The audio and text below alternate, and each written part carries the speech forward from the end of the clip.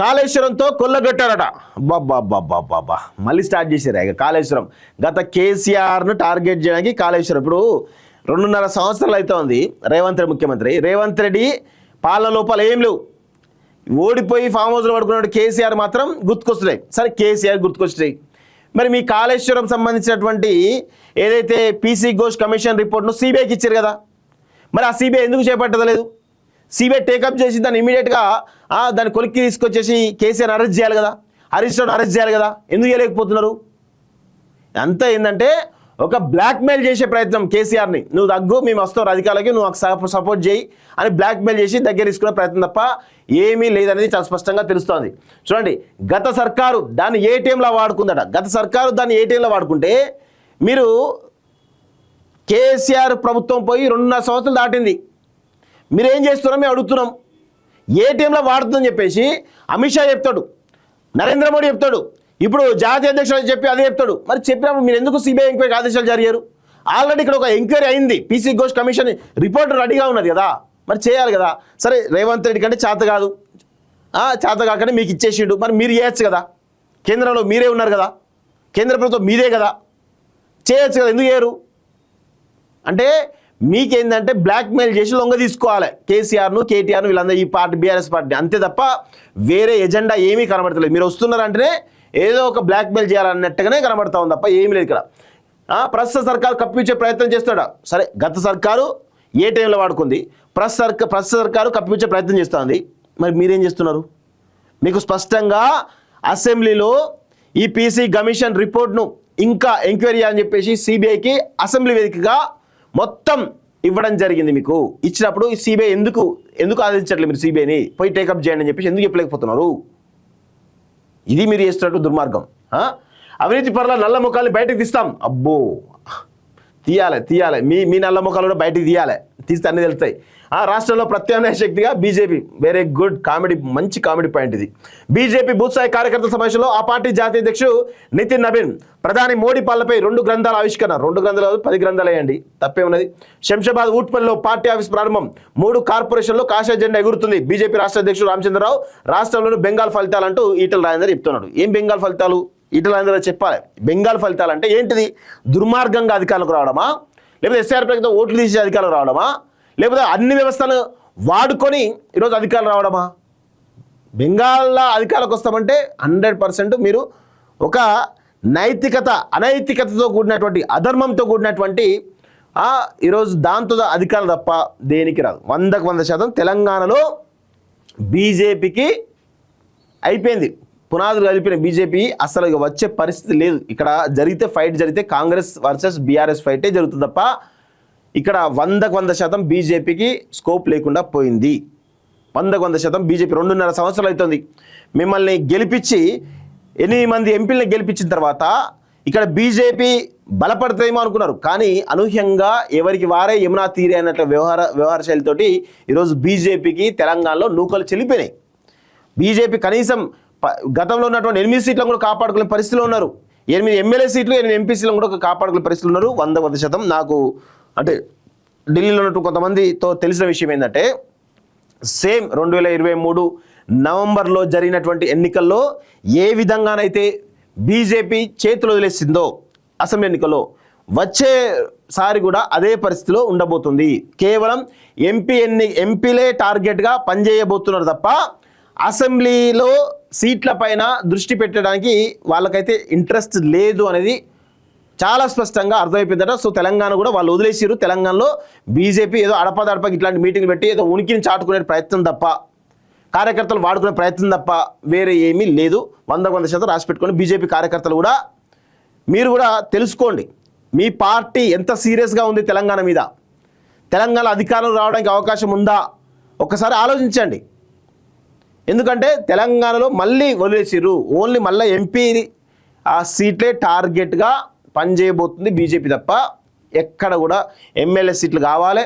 ఇప్పుడు 8 సీట్లను కనీసం 80 సీట్లు చేద్దామనేటువంటి దాంట్లో ఒక్కరికి కూడా సరైనటువంటి అవగాహన లేదు, సరైనటువంటి స్ట్రాటజీ లేదు, సరైనటువంటి వ్యూహాలు కూడా పన్నాలనేటువంటి దాంట్లో కూడా లేదు. ఇక మళ్ళీ తీసుకుపోయి మళ్ళీ బీఆర్ఎస్కి అప్ప చెప్పేటట్టే కనబడతా ఉంది బీజేపీ. ఎందుకంటే బీఆర్ఎస్కు మీకు రాష్ట్రం ఇస్తాం, మీరు ఎంపీలు గెలిచి మాకు ఎంపీలు ఇవ్వండి, లేదంటే మీ ఎంపీలు గెలిచినా మాకు సపోర్ట్ చేయండి అని చెప్పేసి ఒక ప్రయత్నం ఒక గుడిపుటానే నడుస్తుంది తప్ప వేరే ఏమీ లేదు. ఇక్కడ 100% అదే జరగబోతుంది.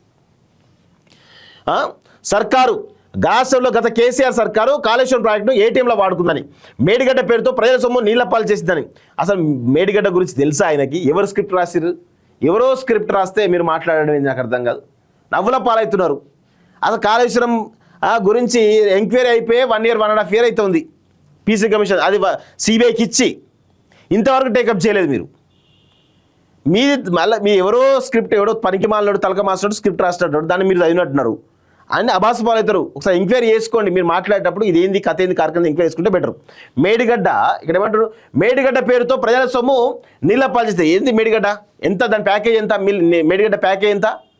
ఓవరాల్ మేడిగడ్డ సుందిల్లా అన్నారం నుంచి మొదలు పెట్టుకుంటే హైదరాబాద్ వరకు కూడా 1,20,000 కోట్ల రూపాయల ప్రాజెక్ట్ అది. దానిలో మేడిగడ్డతో సొమ్ము తిందని చెప్పేసి మీరు చెప్తున్నారంటే ఎన్ని వేల కోట్లు ఉంటుంది మేడిగడ్డ? తెలుసా? కనీసం అవగాహన ఉందా? ఎవడో స్క్రిప్ట్ రాస్తే నువ్వు మాట్లాడుతున్నావు. కనీసం అవగాహన లేకుండా మాట్లాడితే నవ్వుల పాలైపోతారు. కాంగ్రెస్ ప్రభుత్వం కూడా కాళేశ్వరం అవినీతి కప్పించే ప్రయత్నం చేస్తుందని ధ్వజమెత్తారు. అవినీతి పరుల నల్ల ముఖాన్ని తాము బయటకు తెస్తామని, ఆ కాళేశ్వరం దోషులకు శిక్ష పడేంత వరకు తమ పోరాటం కొనసాగుతుందని ఆయన స్పష్టం చేశారు. రాష్ట్ర పర్యటనకు వచ్చినటువంటి నితిన్ నబీన్ ఆదివారం ఎగ్జిబిషన్ మైదానంలో నిర్వహించినటువంటి బీజేపీ బూత్ స్థాయి కార్యకర్త సమావేశంలో మాట్లాడారు. తెలంగాణ ప్రజల మద్దతుతో రాష్ట్రంలో ప్రత్యామ్నాయ శక్తిగా బీజేపీ ఎదుగుతుందని ఆయన పేర్కొన్నారంటూ చూస్తున్నాం. సో ఇక్కడ తెలుసుకోవాల్సింది ఏంది? బీజేపీ ఒక హిందుత్వ వాదంతో మాత్రమే మీరు పవర్లోకి వద్దామనుకోవడం మీ యొక్క మూర్ఖత్వం. ఇక్కడ తెలంగాణ వాదం హిందుత్వవాదం కంటే చాలా బలంగా ఉంటుంది. మీరు రాసి పెట్టుకోండి. తెలంగాణ వాదం హిందుత్వవాదం కంటే చాలా బలంగా ఉంటుంది. మీరు హిందుత్వాన్ని తెలంగాణ వాదాన్ని రెండింటినీ కూడా జోడెడ్లాగా నడిపిస్తేనే మీకు అధికారం వస్తుంది, లేదంటే రాదు. మీకు కాళోజీ నారాయణరావు అంటే గౌరవం లేదే, లేకపోతే గూడ అంజన్న అంటే గౌరవం లేదే, జయశంకర్ సార్ అంటే గౌరవం లేదే, ముత్యాల సత్యనారాయణ సార్ అంటే గౌరవం లేదే, ముత్యాల సత్యనారాయణ గారు అంటే గౌరవం లేదే. సో ఇలా చెప్పుకుంటూ పోతే తెలంగాణలో ఉన్నటువంటి యోధులు కళాకారులు ఉన్నారు. కవులు, కళాకారులు, ఉద్యమకారులు, మేధావులు, ప్రొఫెసర్లు ఎంతోమంది ఉన్నారు. తెలంగాణ కోసం తమ జీవితాన్ని పరంగా పెట్టినటువంటి యోధులు చాలామంది ఉన్నారు. ఒక్కరినైనా గౌరవించిరా మీరు? మీ బీజేపీ ఐడియాలజీతో ఉన్న వాళ్ళని గౌరవించిరా? అసలు తెలంగాణ పదము ఎప్పుడైనా ఉచ్చరించిరా? ఎవరు తెలంగాణకు బ్రాండ్ అంబాసిడర్ బీజేపీలో చెప్పండి? రఘునందన్ రావు అయిపోయాయి, ఈటల రాజేందర్ పని అయిపోయాయి, ఏముంటుందిగా? మీరు కనీసం తెలంగాణ గురించి కనీసం మీరు ఏమైనా పోరాటం చేస్తున్నారా? తెలంగాణలో ఇంత పెద్ద ఎదురు పవన్ కళ్యాణ్ లాంటాడు తెలంగాణ పైన ఆధిపత్యం చెలాయించాలని చూస్తే ఒక్కడు కూడా మాట్లాడు. తెలంగాణ మీకెందుకు స్కోప్ ఉంటుంది? ఆంధ్ర ఆధిపత్యం చాలా స్పష్టంగా ఒక సామంత రాజ్యం లాగా నడుస్తోంది. ఇప్పుడు రేవంత్ రెడ్డి చంద్రబాబు నాయుడుకు సామంత రాజులాగా ఉన్నాడు. దానిపైన ఎప్పుడు మాట్లాడరు. పవన్ కళ్యాణ్ తెలంగాణ దోచుకుంటాడు మాట్లాడతారా? మాట్లాడరు. ఆంధ్ర సంబంధించిన దోపిడీదారులు వచ్చి తెలంగాణ మీద పడతా ఉంటే ఇప్పుడు మాట్లాడరు. ఇక మీకు తెలంగాణ గురించి ఎక్కడ సోయి ఉంటుంది? మీరు ఏదో అనుకుంటున్నారు హిందుత్వవాదంని మేము రెచ్చగొడితే. నిన్న వేసిరుగా నిజామాబాద్ ఆర్మూర్లో ఏదో ఉర్దూ టీచర్ ఏదో కొట్టి దాన్ని ఉర్దూ నేర్పిస్తాం. ఉర్దూ గురించి తెలుసా? ఉర్దూ అనేది ఇండియన్ లాంగ్వేజ్.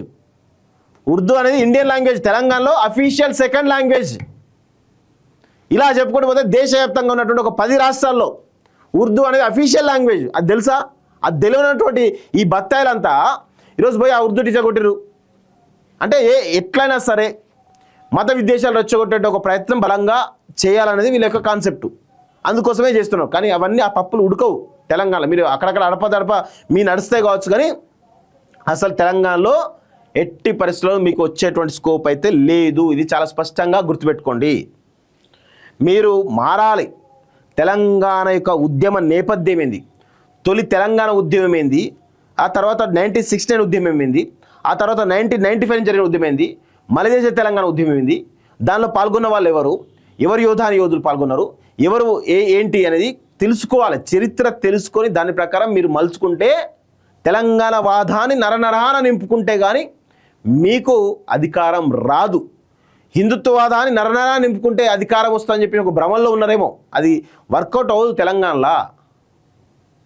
తెలంగాణలో నువ్వు ఎవరిని టచ్ చేసినా బీజేపీలో ఉన్నటువంటి సగం మంది దాదాపు 70-75% నాయకులు కార్యకర్తలు కూడా నక్సలైట్ భావజాలం ఉంటుంది, కమ్యూనిస్ట్ భావజాలం ఉంటుంది. రాసి పెట్టుకోండి, ఇది గుర్తుపెట్టుకోండి. ఇది ఈ మీరు మొత్తం తెలంగాణ మొత్తం తిరగండి, ఎవరైనా తిరగండి, ఎక్కడో ఒక దగ్గర ప్రతి ఒక్కరికి కూడా ఒకానొక దశలో ఆడికి ఒక నక్సలైట్ కోణం ఉంటుంది, కమ్యూనిస్ట్ కోణం ఉంటుంది.